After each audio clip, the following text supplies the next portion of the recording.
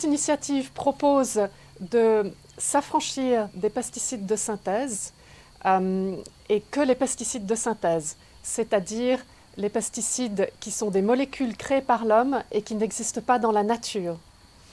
Donc tous les pesticides utilisés en agriculture biologique seront encore permis car ce sont des pesticides naturels.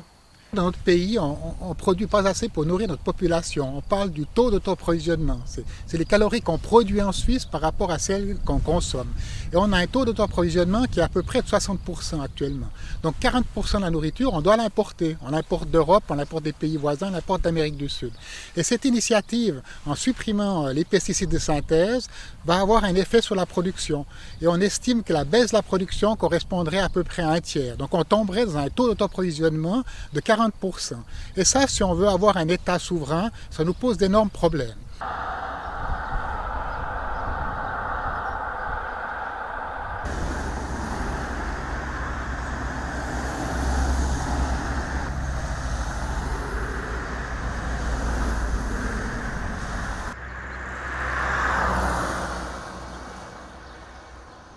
Je fais quand même confiance aux gens pour protéger leur santé, la santé de leurs enfants.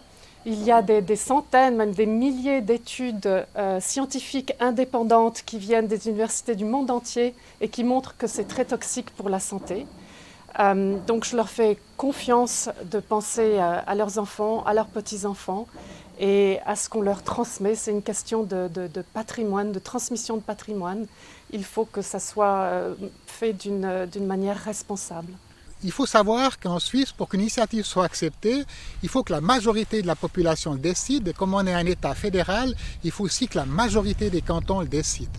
Et puis là, cette majorité des cantons, on estime que ça sera difficile de l'obtenir parce qu'on a beaucoup de petits cantons qui sont plutôt ruraux qui vont voter non à ces initiatives. Alors que les cantons très urbains, les grandes villes, Zurich, Genève, Lausanne, qui sont d'une tendance plutôt gauche-verte, elles vont voter oui à ces initiatives.